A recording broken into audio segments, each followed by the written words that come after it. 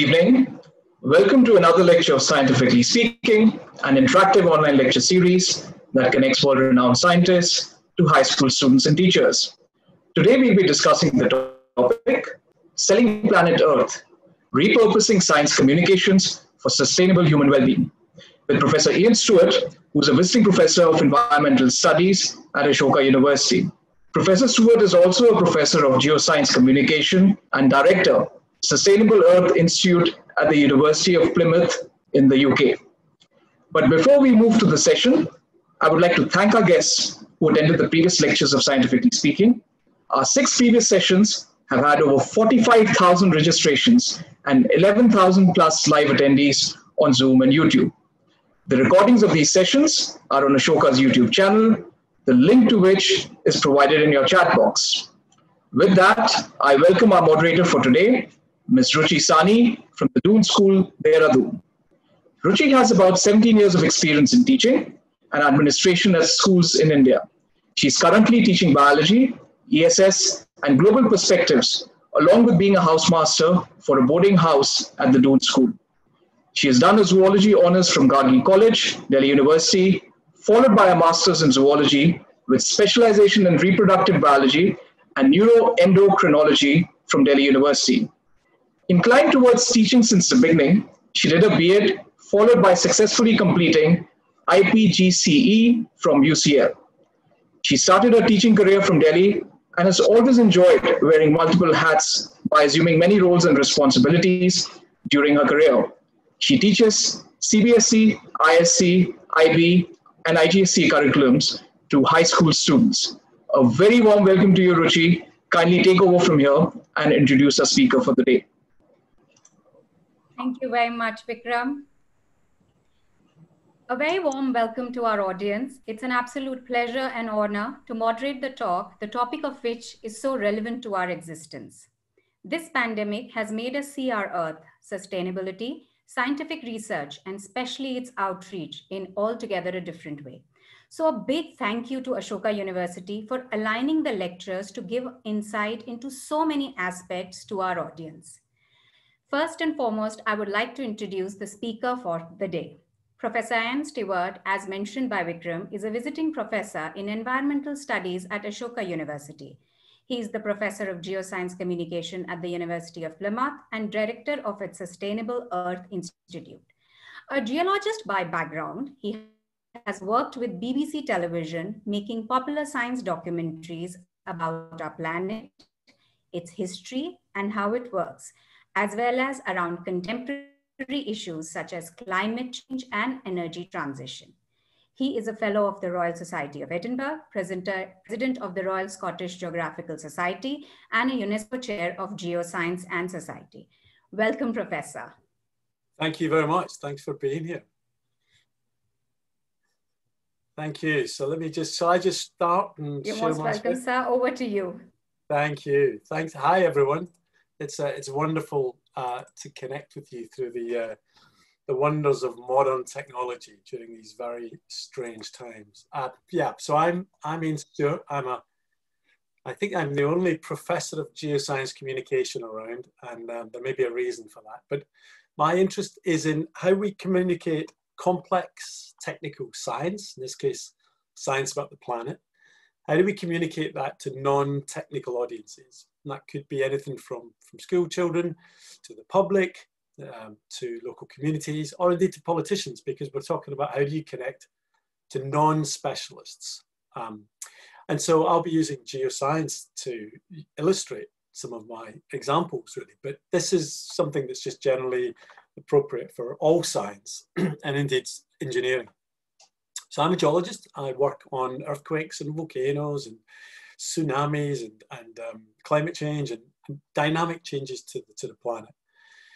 And I spend a lot of my time then trying to communicate how important a scientific understanding of the Earth is in relation to most of the big critical issues that's coming down the line to us in terms of society.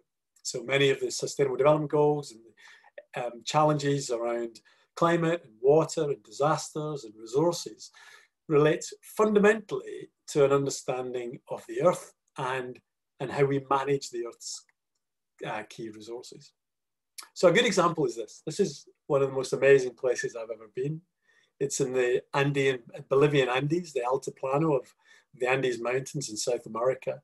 And it's the Salar de Uyuni, which is a UNESCO World Heritage Site, one of the most beautiful places on the planet. So every year, water comes down from those mountains you can see in the far side there, and it sits in this inland lake, dries out, and forms these beautiful salt flats. Those hills, though, are rich in mineral veins, and so the salts that occur here are rich in metals, which means that these salt flats are also home to 30% of the world's lithium. Lithium is the lightest metal in the planet, and so it's getting used for lots of applications in relation to low carbon technologies. So it's in terms of wind turbines, in terms of electric batteries for electric vehicles. Lithium is one of the most sought after minerals and now or metals on the planet. So as we move towards the challenge of a low carbon future, a renewable energy future, a green energy future, one of the possibilities is that we're going to need to dig this place up, that the resources we need to keep ourselves in the modern world come from the earth.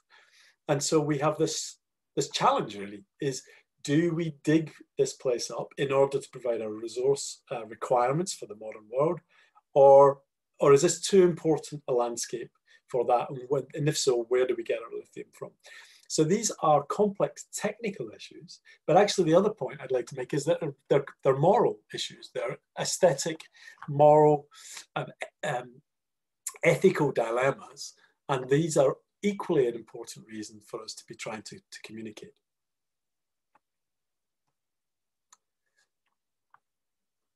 So I just wanted to draw this into an Indian context because science communication is not extremely well evolved in India. It's still latent. I've been involved really, I think I first came to India 6 years ago for the British Council when I did some science communication courses. And what is amazing about India is just you're amazing scientists and you're really passionate scientists. And so it was really interesting to see people kind of embrace the idea of communicating science, but it's not necessarily something that's expected as part of the scientific process. But I think it's coming. And I think this is something that policymakers are starting to realize will have to happen and will be inevitable within the Indian higher education context. A couple of quotes from a recent book on this that has an Indian focus is the notion of scientific social responsibility, that it's our moral duty, our ethical duty as scientists to explain to people how their taxes pay for the work that we do and why the work that we do is of use to society. And this first quote I like, because this idea that public communication of science is way too important to be left to scientists or journalists. And that notion hints at something that I think is very important, which is who is it that does the communication? Do we leave it to journalists to do and possibly get wrong? Or do we leave it to scientists, but actually are scientists the best communicators? And actually I think we probably are, but we do need some help and we need some training. And I think that means about creating a different kind of scientist, a scientist that's embedded and understands the science, but also understands the communication. The second quote is something that you'll see later on that I really believe in. It's that communication is two-way. It's a two-way street. In other words, communication is not just simply sending a message out. It needs to be received, understood, and ideally something come back that tells us that it has been understood. And it says about scientists being mostly introverts and that we need to link with society to better open up to people. So part of this talk is about how do we do that? How do we as scientists keep our objectivity and our important scientific credentials as experts, but at the same time are able to talk to people who are completely know nothing about what we're interested in? How do we talk to them about that and make it important and listen to them and their views on this? And that last bit is probably the hardest bit. I also draw attention in the corner to Nature India's release, I think it was last year, on grand challenges. So what are the big challenges that society are asking scientific help with? And that's something that I'm going to be talking about a bit more about. So if we look at what science communication is, in my head, this is the plot, really, the landscape of science communication. So if you look at the vertical axis there, that refers to the motivation of the scientist. Why is it that the scientist is trying to communicate? So it goes from two end members. At the bottom, it's scientists that are driven by a pursuit of knowledge, pure knowledge, interested in things for their own sake. Not necessarily any practical reasons, they're just fascinated, curious, whatever. And then at the upper end of that vertical axis is scientists that are driven by the problems that are given to them by policymakers or by society. So someone says, you know, how do we solve this? And the scientist looks at it and hands it back and says, there you are. So they're applied science, if you like. And most scientists would spread along that axis, particularly in the universities, being more closer to the bottom of that axis, and maybe more in the applied institutes, being more towards the top. In the horizontal axis, then, we've got the extent to which the public is actually involved in this process, going from very low, no involvement to the left, and then further increasing participation to the right. And the science of science communication, and there's a whole discipline around science communication, it breaks down into two different models. The first model in the bottom left is the public understanding of science. And that says our job as scientists or educationalists is to explain science to the public.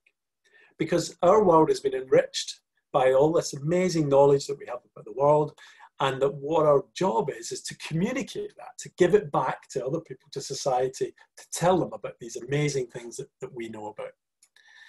It's also implicit in that is that the assumption that the reason why people don't follow the science is because they don't understand the scientific information, so that if we can communicate scientific information better, people will understand the science and will kind of follow the view of the scientists and fall into line about policy decisions, etc. And we're probably seeing a lot of this. I mean, the pandemic is a very interesting time for science, where the assumption then is if people understand, for example, around epidemiology and science there, if they understand the risks, etc., then they'll pretty much decide on, follow the lines that the scientist policymakers are arguing. On the other side is something that's slightly more recent, which is public engagement, which says, actually, you know what, it doesn't really matter about filling people's head with lots and lots of science and scientific information and facts, etc. The more important bit is that people like science, that they engage with it, that they're drawn in and just think it's an interesting, cool subject to look at. They don't have to understand everything, but they have to think it's worthwhile and valuable, for example. And part of that then is what's referred to as the dialogue model, because that's more a case of saying to people, what are you interested in science? So if I'm a geologist, so most people are interested in dinosaurs and disasters, volcanoes, earthquakes, etc. So the idea there is they say, well, people are interested in that, so let's make television programs, or let's make outreach packages around volcanoes or dinosaurs or whatever. So these are two fundamentally different approaches that has been used in science communication. And I'd say both of them are important, but I think from a scientist's perspective, the bottom left one, the public understanding of science, is where most scientists think their job is. But actually, in terms of the effectiveness of communication, the top right one of engaging the public in dialogues is the more effective way to communicate. So immediately there's a bit of a paradox. I'm going to refer to these in different ways. I'm going to refer to the one in the bottom left by make and sell, which is a business paradigm around selling and marketing, which basically said make and sell business is a business that has a product. It creates its product internally. It's not asked the public or the customer if they want it, they just make it. They try and make it as cheaply and as effectively as possible. And then they have a sales team that sells it out to the public. That says, essentially, this is an amazing product, buy it. You haven't asked for this, buy it. On the top right is a type of business paradigm that came in the 50s with marketers who arrived in the scene and argued that actually that wasn't the approach at all. You should start with your customer. Understand your customer. What is it your customer wants? because you can change your product. The product you were making, you can make it smaller or bigger or cheaper or more expensive or flashier or whatever, as long as you are interested in what the customer wants. And sense and respond then it's more the scientific understanding of the audience to change your messages based on what the audience wants. And these two aspects are really quite important in determining what type of science communication are we going to do. I would say 90% of the straight science communication is make and sell. That the scientists have decided what it is the public really want. Public haven't asked for it, and we sell it out the door. And there's a very small proportion that is actually interested in what the public think about it. I have to say, I've made a career out of make and sell communication. So I'm a professor of geoscience communication. What does that mean? That means giving talks around, these kind of talks. So before COVID, it would actually be face-to-face. Having public events, for example, with important people talking about important issues. The one in the middle there, the lady in the middle is Christiana Figueres, who's one of the architects of the Paris Climate Agreement. On the top right is a presentation with David Attenborough, who's arguably one of the greatest exponent really of science communication and becoming a huge figure in terms of how we sell climate change to the public. And then in the bottom left is a workshop that I did. I think that's, where is that? I think that was in Mumbai, but running workshops and training, if you like, around science communication. So there's quite a variety of different types of things. Science communication has changed dramatically over the last decade as the internet has taken over as the main platform by which people get information about science in general or science specifically. And so YouTube, for example, I've got my own YouTube channel now, and I put videos out on YouTube. This one in the bottom right is about earthquakes. The thing you see in the top left is we had a PhD student looking at video games and how you could use video games as a way of looking at volcanic risk perception. So actually being able to reconstruct past volcanic eruptions in a gaming environment, immersive environment, where people who would be able to experience to some degree the type of phenomena that happened during a volcanic eruption and therefore prepare them. So technology is amazing, lots and lots of technology out there. But I say most of my activity over the last 2 decades has been working with BBC Science, making television documentaries. And they've been about the planet in general. They've been about climate change. They've been about Earth's history, hazards, so things about volcanoes and earthquakes there. And then more recently about energy, oil, fracking, and the energy transition. And all of them do the same kind of thing. They all try to reach a wide audience by providing some entertaining and engaging content about the Earth science. So I thought what I would do is I'll just show you an example. And actually, let me just let's just show you an example of one of these. I want to just make sure I've set the right thing first of all. So, perfect. Let me just do this. So let me.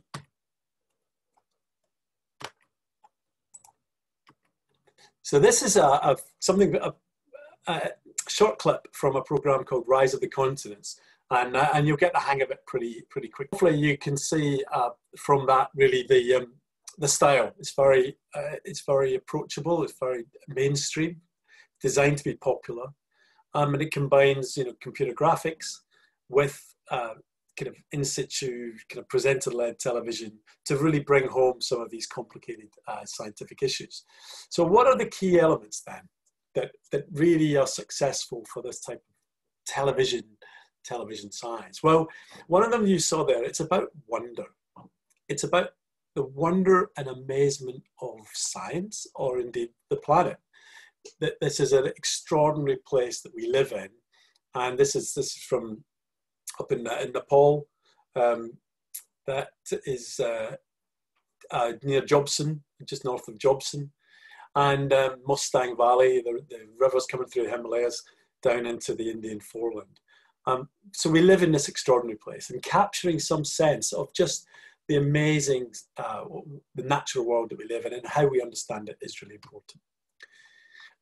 Another important bit that comes out of television is not to dwell too much on facts, at least not to have them as high a priority as we would in academic science. That facts are important, but they're not that interesting in their own right. They're actually much more interesting when they're put inside a really strong narrative, a strong story. Because to have a story, if you're going to tell a story, there have to be facts to give it some structure, and that people are more likely to remember the facts if you can give them an interesting story. So this quote comes from a climate scientist,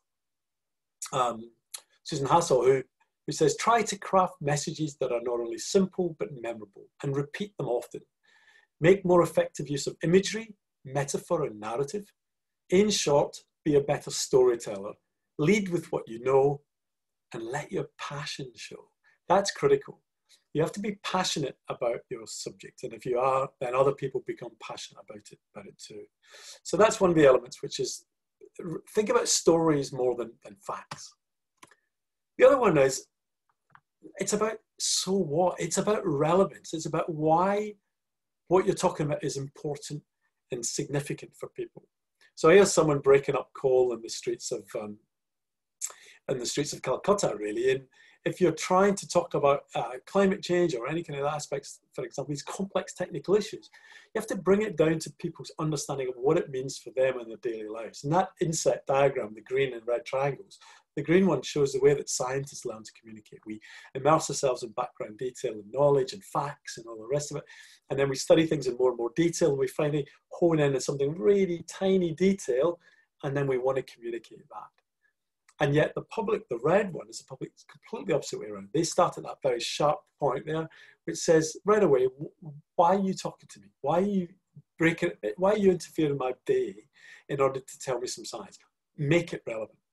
And if you can do that, there are tricks and devices. If you can bring that and make it relevant, then you can bring them into the detail of your world. But if you don't, then the person isn't interested, and there is no conversation, there is no communication. That ultimately a lot of communication is about people. It's people to people.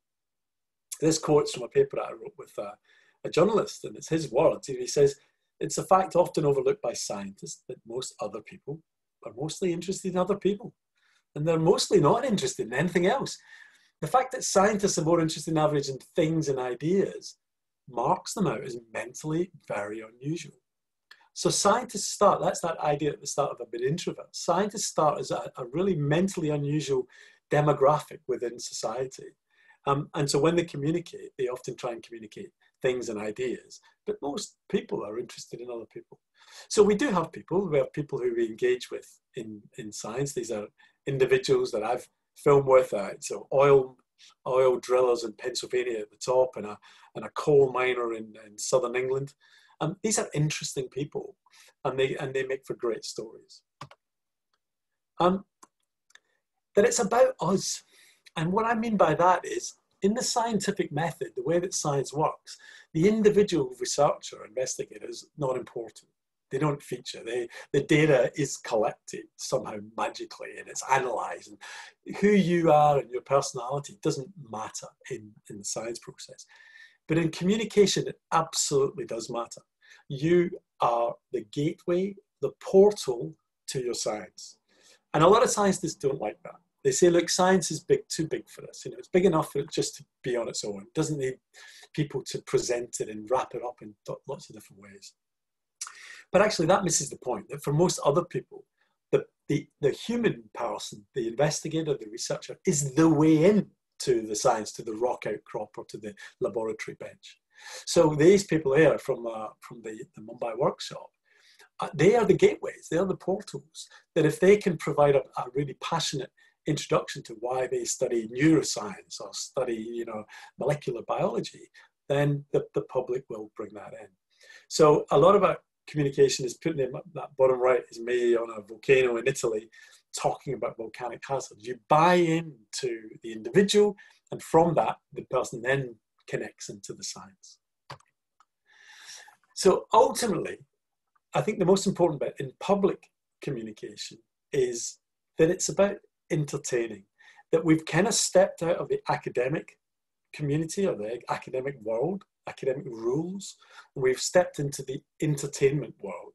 And actually, if we understand that, then we can communicate better because we can use all the devices and tricks of the entertainment world, but for the science world. So I'll show you this other clip, and this really kind of nicely illustrates that problem.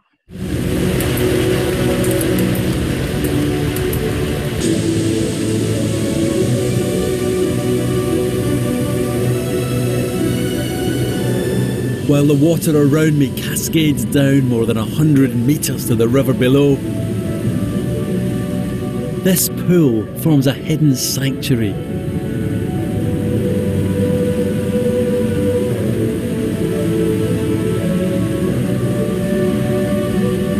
So you'll see from that, that's not a normal thing for an academic professor of geology to do. And that actually then set up a very complicated sequence about the history of that area. But the fact is, it's just an injection of adrenaline and interest to capture the audience's attention, to then carry them through the bit that's a little bit more intricate. So that's all fine. That's all making sense. That's making this it's all based on science, but making this stuff and then selling it to the public and saying you're interested in it. But although I've been doing this for 20 years, I don't think that's enough. And what I mean by this is that if we're really going to try and address some of these complex challenges that's coming down the line about how do we feed, 9.5 billion people coming up, how do we address issues about resources, how do we water resources, for example, for these swelling populations, how do we build these growing, swelling cities, how do we protect them from disasters? These are really technically difficult questions and morally difficult and ethically difficult questions as well. And they don't lend themselves very easy just to make something simple and sell it out. So I think we're going to have to look in a different way. In 2015, from my view, the world changed. We had 3 global frameworks, contracts really between science and society that were rewritten. At the top left is the Sendai framework for disaster risk reduction that came in, that promised a more people-centered approach to disaster risk. The Paris Climate Agreement, and you can see Christiana Figueres there in the second from the left, where they brought in a roadmap of how the world needs to deal with climate mitigation and adaptation. And then finally, of course, the 17 Sustainable Development Goals that talked about the kind of world we wanted in the future. Now, each of these and each of those goals are incredibly complicated and detailed, and they're all interconnected. And so we need to move to much more of an engaging kind of process with the public. So really, I just want to bring it into where I am now. This is an image you recognize from India, and it really sets out an example of the kind of really complicated trade-offs that we're going to have to embrace in the 21st century around our use of natural resources, and also how we achieve development, sustainable development for our populations at a time of increasing effect on the natural environment, biodiversity loss, climate change loss, but at the time, also the time when there's a lot of people that are still living with hunger and with poverty. So I just want to really finish with this slide, because to my mind, the make and sell approach, which has been dominant in the way that we've done science communication, is one way to communicate a certain material. So it's a way that scientists can convey to people what they know. But as I say, that only goes so far. If we really want to understand people about why they process information in some ways, why they don't follow rules, why is it that they're told a certain piece of information and then they don't do that? What is going on either cognitively or socially about that? We need to move into this domain which is referred to as sense and respond. So that's understanding, the scientific understanding of the public. Now that doesn't happen in the geoscience world and natural science world. That's about psychology. That's about sociology, anthropology, political science, media communication, culture. That's understanding how that world out there works. And as a result of detailed understanding of that, changing our internal messaging. But that in itself, I don't think is also enough, because by and large, some of the things that we're dealing with are complicated issues that is complex over 10, 20, 30, 40, 50 years into the future. Things that people aren't even talking about now. They're not interested in that. So often one of the things about communication is getting people interested in that we don't think the public are interested in. So to my mind, the ultimate goal of science communication is the next stage, which is referred to as guide and co-create, which is a new marketing paradigm that's come in with sustainable marketing and social marketing, etc. And what that says is the guide part is leadership. It says that we need to set a direction of travel. Say, this is where the science is telling us this is the direction we should go in. However, it also recognizes that unless you carry your customer, your public with you, then they're not going to go on that journey with you. So the co-creation is working in partnership with your public, with your community, whoever, developing dialogues and genuine relationships in order for science and society to march forward. And that's much harder to do. And it requires a different skill set. It requires interdisciplinary thinking. And I say that's not just a geologist working with a biologist. That's a geologist working with a psychologist or a media professional. Participatory, bringing other audiences in. So asking the public what kind of science they want to do. What are their concerns? And then reflexive, actually thinking about the ethics of what we're actually doing. So this is my final slide, and then I'll leave it really. Or if we want to reach that guy there who's crushing coal on the streets of Bombay, then, or Calcutta rather, then we need to make it relevant to them and all the things I've said before, but we need to actually understand their concerns, his concerns, his community's concerns, and try and connect them to the science. The science is amazing, but like this image with myself on that bridge there, it's very remote for most people. It's not part of their everyday life. So we need to make science part of people's everyday life and deliver that.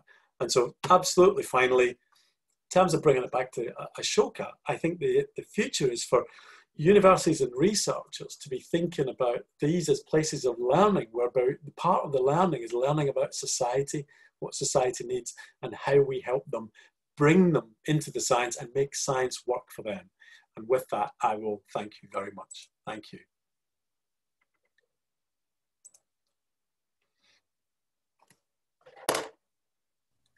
Thank you very much, Professor.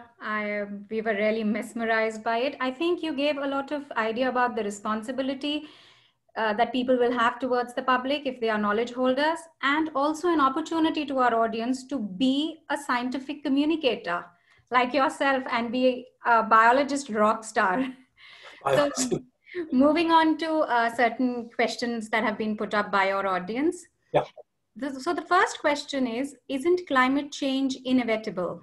So is it right to call it climate change, like it wasn't known to us that it would change eventually? So I heard you say the word climate adaptation. Do you think that would be a better word to be used? So there's a number of different things in there. So as a geologist, one of the things that we know from Earth history is climate's always changed. But so when we talk about climate change in the context of the issue of climate change, it's the climate change that's beyond natural variability. So you get natural variability, and then you've got the type of activity that we've really seen in the last 50 years, deviating considerably from what the planet naturally would do, and that difference is us, that's humans, it's the burning of fossil fuels, etc. Now there's two ways to tackle that. We could have mitigation, which is to try to reduce our emissions and our effects of that, and that's certainly a lot of activity is focused, for example, on switching our energy from, say, coal to gas, or from gas to renewables. That would reduce the effect of that climate change. The other bit is addressing the issue of the inevitability that some of the climate change is already built in the system.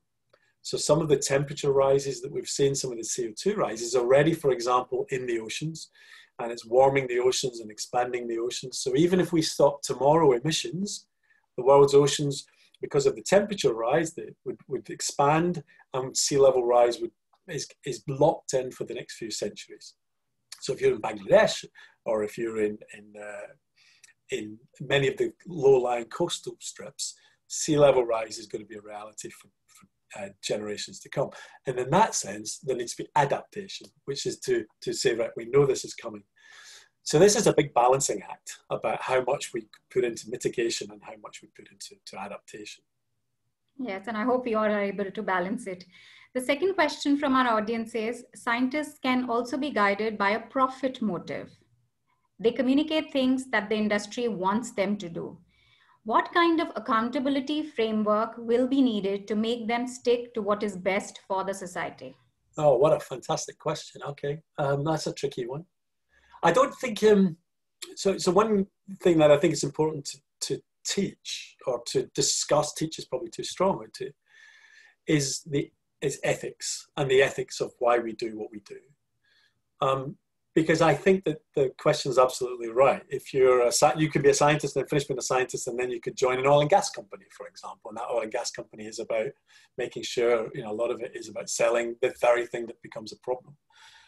Or it could be something in biotech, or, I'm sure the viewers have got their own examples. And a lot of this ethics starts with a personal morality about why we're doing what we're doing. And it relates to, I think that science communication is, I think one of the questions is you have to be thinking, what kind of scientist do I want to be? So, I'll give you an example. In the past, scientists have been objective and rational and removed themselves. So they've done their science and they've kept a gap between them and society. They didn't want to get muddled up with society and all the confusion. So that allowed them to sit in ivory towers and to be disconnected.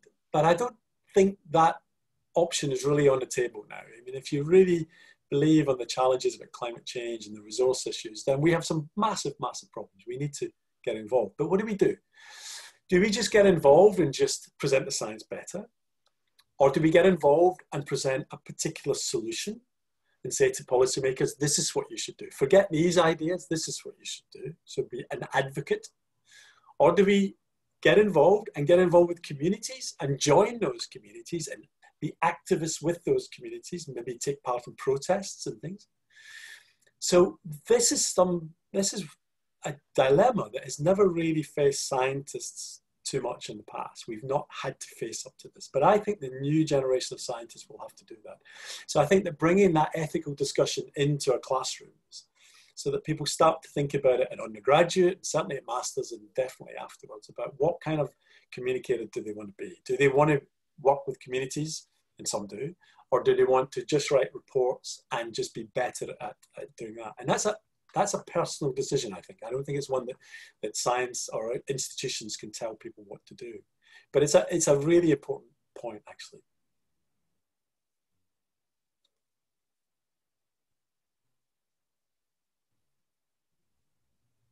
Professor, I really love the way you said that how education can actually build up a better legal framework. The impact of science communication on social communication. Nowadays, healthy social relationships declining. Is it due to the advancement of communication technology, like people just in them despite being in?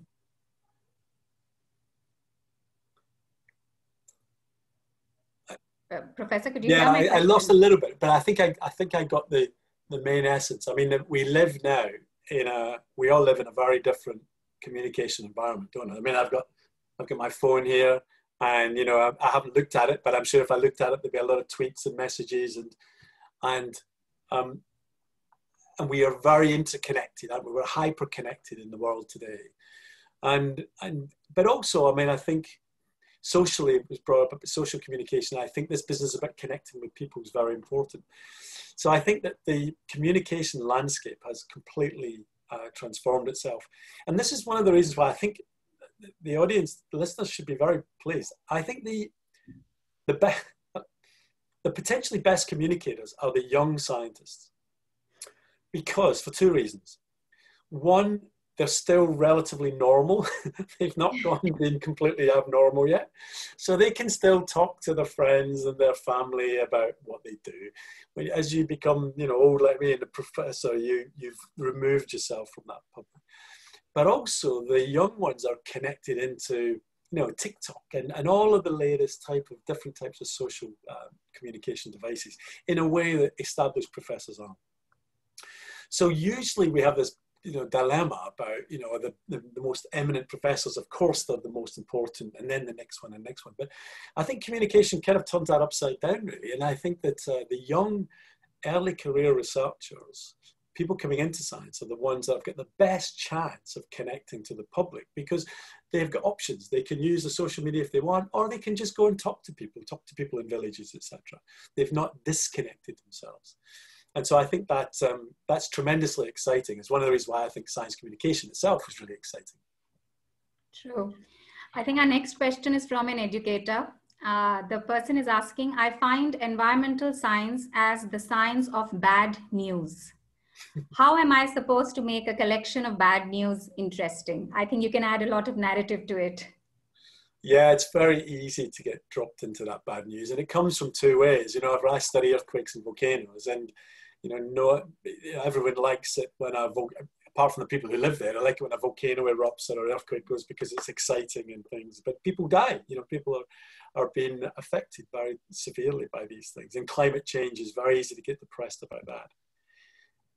I think it goes back to human stories and the connection that we do live in the most extraordinary planet, and that the people in that planet are also extraordinary. And so, faced with adversity, people are coming up with the most amazing developments. And a good example, the Himalayas, the loss of the Himalayan glacial ice, for example, the local community develops with these ice stupas. So these are artificial ice glaciers that have been kind of created by local communities in order to feed their water needs. So I think that it's about not shying away from the negative and the pretty scary scenarios, but having a positive route through that. Saying, yes, climate change is real and this could be happening, but if we do this and this, then we could go and this is what it could be like. And I think that's not contrived. I think that's hope. I think we have to have hope, and communicate hope is the best way. So I have a lot of sympathy from the educator there, but I think that we need to find ways of pulling out those positive stories alongside the negative ones that are very easy to find. I think, Professor, you've added the silver lining to it. So the next question is, what inspired you to fight for our planet? To fight? Well, I certainly didn't feel I did that early on. I was interested in earthquakes and volcanoes, and I was very selfish. I just wanted to study them for my own sake. I enjoyed teaching and talking about them. So education was perfect. And then for me, television was the chance of a bigger audience to talk about this. I think, though, as I went around the planet and made more programs about climate change and many of the big issues, then of course you realize that you have a voice and you have experience about things, and you need to use that much more positively. So now I'm not especially interested in a volcano erupting or a particular earthquake, apart from the fact of how does it help the big picture of reducing disaster risk more generally. I mean, today is the International Disaster Reduction Day, UN Rome. So I still did a lot of activity around that. So I think it's about keeping the eye on the big picture. And the one thing that geologists are good at is the big picture, because we study the planet, that ball of rock that's whizzing through the universe, that's what we study. That's our entity. And so it's pretty easy to keep an eye on that big picture. Yes. So there's another question from an educator. What role can a school teacher play in improving the public communication of science? Well, every student I have in my class and every science communicator I know will tell you about their teacher. They'll tell them about a teacher that inspired them to either do science and go to university or college in the first place, or inspired them that communication was the key. For me, I can see two teachers in particular, but school, but also then in university. So there's that. It's that idea of passion and inspiration that you get from a good teacher carrying that through. I think the other thing is, you know, you are communicators, and you know, I think that I said that about make and sell, sense and respond, and guide and co-create. I suspect that if the teachers in the audience think about that, they will already have those three elements to what they do. So they'll know there's a certain times when it's just one way and they'll sell it a particularly interesting way. And then they'll know that in their classroom, they've got different groups, that table there wants one aspect, but actually that group over there needs something slightly different, how to do that. And then they'll know this, the strength really of what happens when you turn it over to the class and empower the class to do something for themselves. And that's what those three elements are. So I think that science communication begins in the school, and that as academics, we need to rediscover that ability that a teacher has to communicate at different levels, you know, from very young students to older students and the parents. So I think that, as I say, educators are already doing science communication. I don't think they might be able to do it better, but we all can do things better. They're already doing it. Thanks a lot for endorsing our work. So the next question is, how do problem-driven scientists decide how much of the knowledge or research on the issue should be told to the public? So how much of it should be revealed is important. How do scientists decide that? Yeah, that's a really interesting question, because I think if you start from the scientist side, it's almost impossible to tell. Because we've this huge knowledge, you know, really lots of clever thinking about something. How do you know how much of that to pass over? But I think if you then start with the guide and co-create the dialogue, then it becomes much easier, because you start a conversation with people. And as that conversation evolves, you start to realize what it is that they're interested in, what it is they need. And then you know which bit of your knowledge is actually quite useful. So I think that the guide and co-create and developing dialogues with communities and the public and school, whoever your audience is, dialogues with your audience helps you decide how much of your knowledge is needed. And that takes away the problem of having to decide up front how much you're actually going to communicate. So there's a leading question to this also. According to you, how long will it take to bridge the communication gap? Oh, yeah, that's an interesting one. I think it can be done pretty quickly, actually. So my experience in India, and I've done this elsewhere, but India was really interesting, is that you have a room of whatever, neuroscientists, biologists, all sciences, and they're all thinking about writing research papers and being also really clever. They're all clever, writing research grants and being academics. And then you introduce this idea of, that you could do science communication through music, video games, television, whatever it is, stage drama, whatever. And they suddenly go, oh my God, I didn't know this existed. And they can switch into it straight away. The more difficult bit is a structural problem. It's how the academic career opens that up. So within the universities, the training that's going to be given to emerging scientists, and then in the early career academics, promotions, are you going to get promotion because you're a really good communicator? Or are you only going to get promotion because you can write some very big, serious scientific papers? So I think that system will change quite slowly. It's probably going to be 5 years, maybe more. But the actual, the individual scientist wanting to do it really fast. And if you think about it, again, this thing here, this magic box, I can video myself now and I could put that on the internet now. I could be communicating now across the world as we're doing with this. So that is immediate. So anyone in your audience can be making these kind of videos and things like that and putting it out right now. So that's the easy bit to some extent. But the structural bit within the academic system is probably harder to do because you've got a whole community of established academics that was never their purpose, that was never what they were comfortable with. So they have to be, that takes time to convince them that that's important. Okay, so I think we'll take one more question which is related to communication only. So how different is your approach when you are communicating scientific concept to general public as compared to politicians and policymakers? Yeah. So I kind of think it's the same.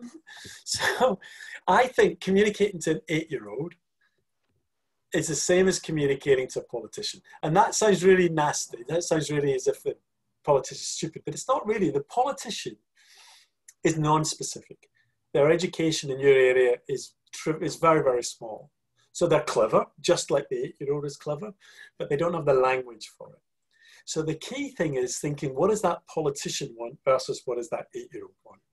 But I think the same language, and a politician would not like to think that you're speaking to them the same way that you speak to an 8-year-old. But equally, I think we're almost too respectful with politicians. We assume that because they're quite important, that they've got all this knowledge and information, yet they probably know absolutely nothing about what you're talking about. So finding ways to connect to your 8-year-old or your politician is about what are they interested in? What's important for them? Right, okay. Now that I know that, I can think about what I'm interested in. It connects with what they're interested in, and that's the way through. And being careful not to use jargon and all the rest of it. But I think all of this boils down to understanding your audience, appreciating and respecting who you're talking to as someone who's clever, but just isn't specialized in what you're specialized. And I think if you do that, you can talk to anyone. That's true. And I think you've dealt it earlier also, that you need to have a clear narrative of what. So just the last question, I think, from a student.